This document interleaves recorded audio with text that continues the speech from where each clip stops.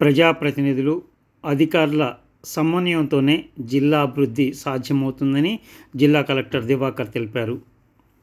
ఖమ్మం భక్త రామదాస్ కళాక్షేత్రంలో నిర్వహించిన 99 రోజుల ప్రజాపాలన ప్రగతి ప్రణాళిక జిల్లా స్థాయి కార్యక్రమంలో జిల్లా కలెక్టర్ దివాకర్, అదనపు కలెక్టర్ డాక్టర్ పి. శ్రీజతో కలిసి పాల్గొన్నారు.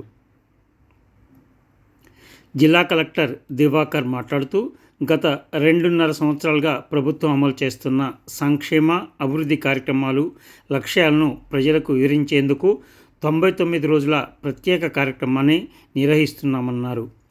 అధికారులు, ప్రజాప్రతినిధులు సమన్వయంతో పనిచేసి మంచి ఫలితాలు సాధిద్దామని ఆయన ఈ సందర్భంగా పిలుపునిచ్చారు.